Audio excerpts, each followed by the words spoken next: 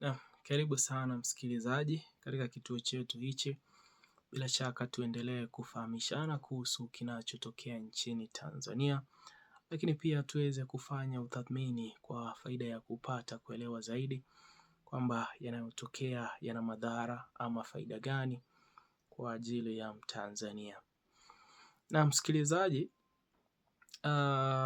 siku chache zilizoweza kupita kumekuwa na gumzo ama kumekuwa na nia ya kupanga maandamano ya Sabasaba ambayo yanatarajiwa kuwa mwezi ujao Julai tarehe 7 mwaka 2026. Na bila shaka maandamano haya ya Sabasaba sio mageni, kwa sababu siku hii inatumika na wananchi kukumbuka baadhi ya mashujaa ama kuweza kukumbuka watu walioweza kupigania haki za kibinadamu, lakini pia kupigania uongozi mbaya na kuweza kuhakikisha kwamba wanapata ustawi. Sasa katika siku chache hizi zilizopita, msikilizaji, kumekuwa na mazungumzo kwamba kunaandaliwa maandamano haya ya Sabasaba, na ndio maana nimeanza kuona ama nimeanza kupata baadhi ya taarifa kutoka kwa vyombo vya serikali kutokana na hali hii ya maandamano haya ya siku ya Sabasaba. Nimepata kupokea taarifa hapa msikilizaji, ambazo nataka nikufahamishe kuzihusu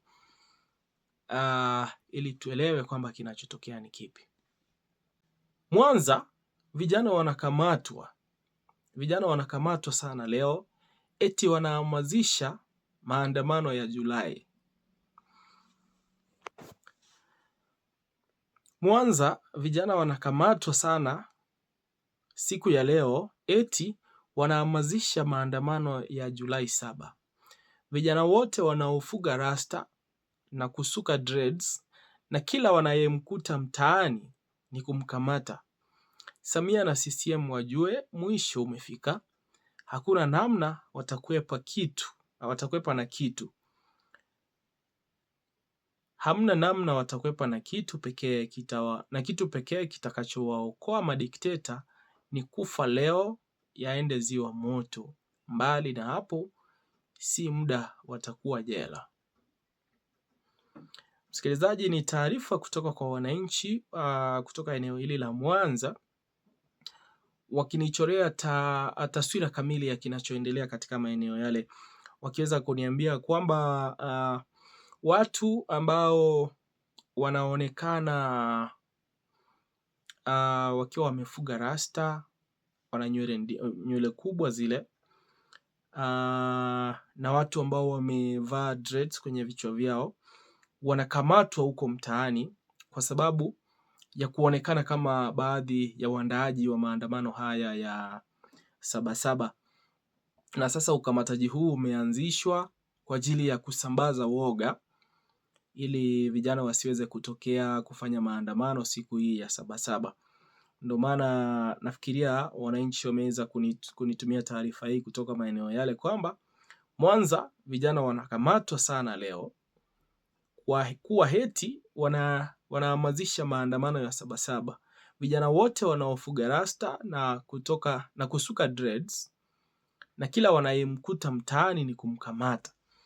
Unakamatwa bila kuambiwa sababu ya kukamatwa, msikilizaji, na bila shaka unapoonekana ukiendelea utaelewa, unapoendelea kwenda nao utaelewa kwamba unakamatwa kwa ajili ya kuonekana kama mtu ambaye alikuwa anaandaa maandamano haya ya Sabasaba. Ambacho sijajua ni kwamba wanapokamatwa wanaachiliwa ama hawaachiliwi, lakini shughuli za kamata zinaanza pale eneo hili la Mwanza kama ninavyojulishwa hapa msikilizaji, kutokana na shughuli hizi za maandamano ya Sabasaba. Kinachoonekana hapa msikilizaji ni kwamba, cha kwanza, serikali inaingisha woga kwamba maandamano haya yanaweza kuchukua kasi na wakakosa kuweza kuyazuia ikiwa hawatayadhibiti mapema ama kusambaza woga kwa watu ili watu wasije wakatokea siku hii ya maandamano. Na ndio maana wameanza kuwatisha watu mapema, kwa sababu kumekuwa na kumekuwa na tayari taarifa za maandamano haya ya Sabasaba na sio kitu kigeni Tanzania, kwa hivyo wanaelewa picha kamili ya Sabasaba. Kuna taarifa ambayo inasoma hivi: vyombo vyote vya ulinzi na usalama wameanza kupambana na maandamano ya Sabasaba. Fungu limeshatoka, sasa hivi wanaongeza ulinzi kwenye vituo vyao na nyumba za viongozi huko Dar na Dodoma. JWTZ wapo ulinzi wa 75%.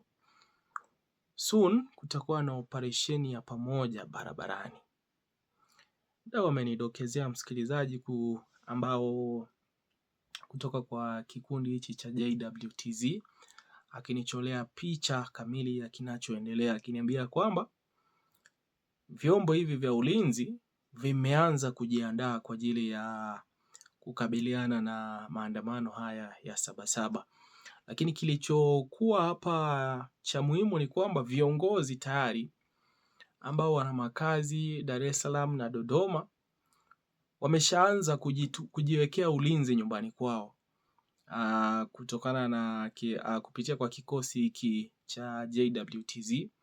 Baadhi ya maafisa kutoka kwa kikosi hiki cha JWTZ wametumwa kwenye vituo na nyumba za viongozi ambao wana makazi yao mjini Dar es Salaam na Dodoma kwa ajili ya kuweza kuhakikisha kwamba wanawapa ulinzi ili kutakapofanyika maandamano. Elewa kwamba msikilizaji, wananchi wanachuki na watu ambao wanapitisha sheria ambazo zinawaletea matatizo na watu ambao hawapiganii maisha ya wananchi, na kwa sababu hiyo nafikiria ndo kinasababisha kwamba viongozi hawa waweke ulinzi kwao nyumbani kwanza, kuweza kuhakikisha kwamba mali yao, sehemu zao za kuishi na familia zao ziko salama, huku maandamano haya yakiweza kuandaliwa.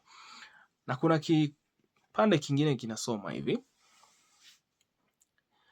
na hadi sasa askari hawarudi nyumbani masaa 24, wako standby na full matusi, yani wanachukia, maanake askari wa chini ndo wanateseka kwa amri kutoka juu. Msikilizaji, amri zikiwa zimetoka juu inamaanisha viongozi wa makundi haya ama majeshi haya wanawapatia amri na ni sharti waweze kufuatilia, kwa sababu ndo kazi ya jeshi la polisi, na kwa sababu hiyo lazima waweze kusikiliza. Lakini taswira ambayo tunaipata kamili ni kwamba viongozi sasa wameanza kujitafutia ulinzi wa kutosha na kuhakikisha kwamba mali yao yako salama na sehemu zao za kukaa na baadhi ya familia zao kwamba ziko sawa, kwa sababu shughuli hii ya maandamano, elewa msikilizaji, ni swala ambalo linakuwa kwa kasi sana, na kwa sababu hiyo nafikiria ndio maana wameamua kuanza kujiwekea ulinzi mapema ili wasiweze kupatwa ghafla na jambo hili la maandamano. Lakini sasa kuna pia taarifa nyingine inaniambia hivi, msikilizaji, na kukaribisha, endelea kuachia maoni yako kwenye comment section, lakini endelea kutufuatilia kwa faida ya kuendelea kufahamu kinachotokea nchini Tanzania. Ikiwa pia una taarifa kama hizo, unaweza kutuandikia kwenye comment section kutuambia kwamba maeneo yako yako salama, ama pia unaweza kuanza kushuhudia baadhi ya picha kama hizi na ni kipi kinachoendelea katika maeneo yako.